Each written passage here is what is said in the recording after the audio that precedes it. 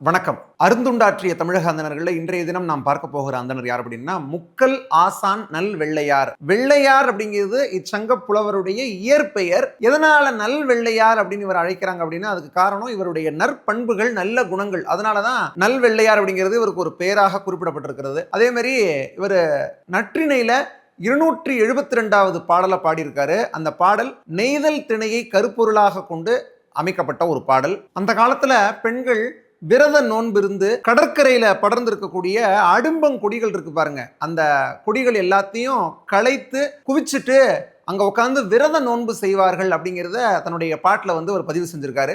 அப்படி விரத நோன்பு இருக்கக்கூடிய பெண்களுக்கு படிவ மகளிர் அப்படின்னு பேரு. அந்த வகையில நற்றிணையில இவர் பாடிய அந்த 272வது பாட்டு நெய்தல் திணை கருப்பொருள்ல மிக சிறப்பாக பாடப்பட்டிருக்கக்கூடிய ஒரு பாடலாக அமைந்திருக்கிறது.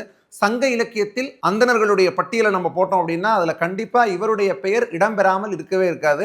அந்த வகையில பேராசிரியர் திரு சோமசுந்தரம் அவர்கள் தான் அந்த செய்திகள் எல்லாத்தையும் தன்னுடைய நூலில் குறிப்பிடுறாரு.